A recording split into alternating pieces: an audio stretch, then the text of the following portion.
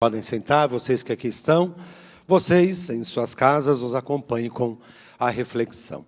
Hoje nós estamos celebrando a solenidade da Sagrada Família de Nazaré.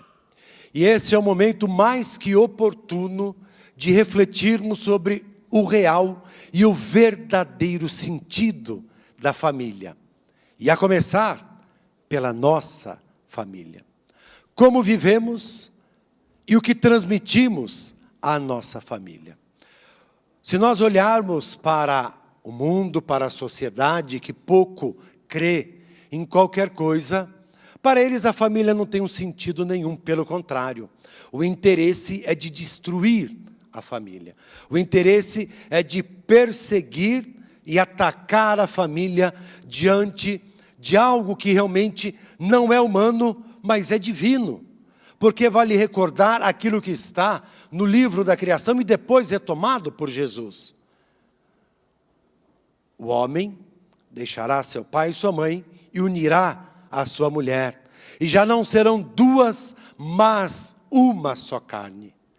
Primeiro, temos a questão da lei natural. A família foi constituída como parte da criação e faz parte da lei natural. Depois nós temos a instituição, a lei divina, porque a família foi constituída por Deus. Da vontade criadora de Deus, era que homem e mulher se unissem, tornassem uma só carne, e continua o livro do Gênesis, para que pudessem crescer e se multiplicar. Ora, a experiência da família, ou da vida familiar, é uma experiência de renúncia, de entrega total.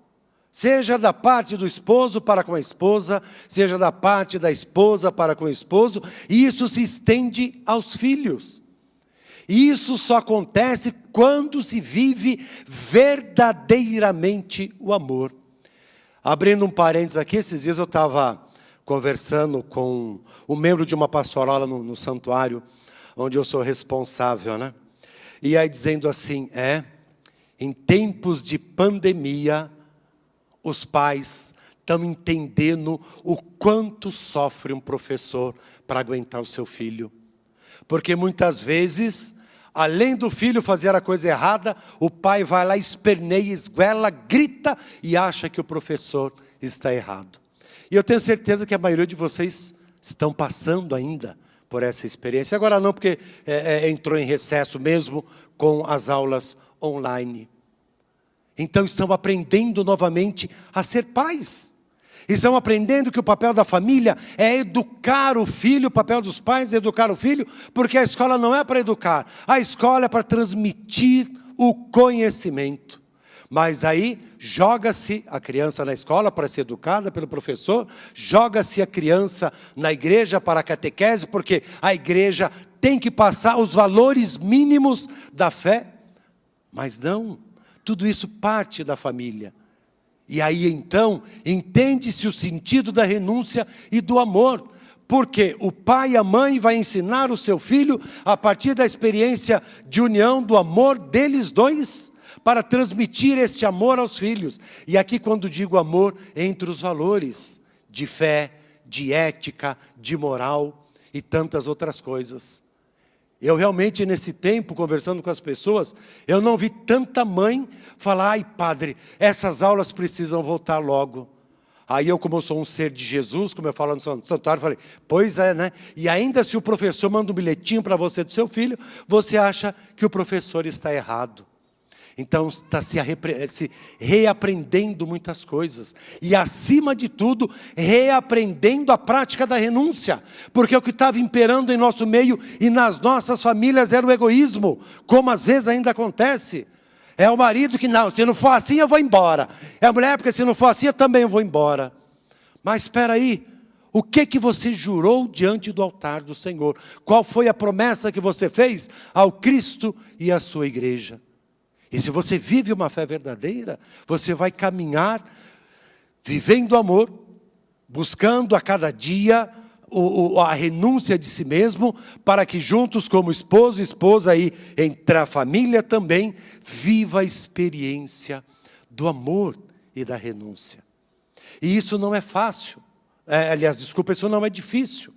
O difícil para nós é querermos tirar o excesso do egoísmo que existe dentro de cada um de nós. E não é assim que funciona. Se nós somos conhecedores da palavra, se nós vivemos uma fé verdadeira, se nós, ou melhor, aqueles que foram chamados, eu não posso dizer nós porque eu não faço parte desse meio, né? Mas aqueles que foram chamados à vida matrimonial, a viver o sacramento, se não entende isso, se não passa pela experiência da renúncia, porque o que une o casal é o amor verdadeiro, se ele não é capaz de ceder, então o matrimônio não vai durar. Porque ele não entendeu aquilo que ele recebeu ao longo da vida da palavra de Deus e não entendeu o sentido do matrimônio, do estar unido, ser uma só carne, unido como duas pessoas. Então, o casamento, a vida familiar, é uma renúncia diária que se constrói no amor. Porque tudo aquilo que é feito no amor não é sacrifício. Meu Deus do céu, se nós olharmos para a cruz de Cristo, qual foi o ato da cruz? O ato do amor. E Ele fez isso porque nos ama. E se nós entendemos a renúncia do próprio Cristo por cada um de nós, para nos salvar, nós não teremos dificuldade nenhuma em renunciar para que o outro cresça. Então nós precisamos voltar à experiência da cruz de Cristo na dimensão do amor. Porque, volto a repetir, aquilo que é feito no amor não se torna sacrifício, mas é transformado em graça. Eu dizia no início do programa do Louvemos, né, quando conversava com o padre Eduardo, que São João Paulo II falou em um dos encontros mundiais da família, que a família é por excelência o lugar da experiência do amor e da reconciliação. Um casal, por exemplo, quando briga, eu não posso falar o que eu falo lá na igreja, porque aqui está em rede nacional, né? Mas vocês vão pressupor o que eu estou querendo dizer. Quando vai dormir, como é que faz? Porque nenhum casal na face da terra deveria dormir sem se reconciliar. Nenhum. E essa experiência da renúncia, essa experiência de tudo, seguindo o exemplo da Sagrada Família de Nazaré, deve nos fazer justamente vivenciar a experiência da renúncia e da comunhão a partir da própria experiência com a Santíssima Trindade. O Catecismo da Igreja Católica, no número 2205, vai dizer assim: a família cristã é uma comunhão de pessoas, e preste atenção nisso, vestígio e imagem da comunhão do Pai, do Filho e do Espírito Santo. Nossas famílias são chamadas, devem ser ícones da Trindade Santa, na dimensão do amor trinitário. E aí eu posso até perguntar para vocês, e eu mesmo já respondo, e o que é o amor trinitário? O que seria isso, né? É um amor crucificado, no qual a alegria de cada pessoa divina é a alegria do outro. O Pai se realiza gerando um Filho.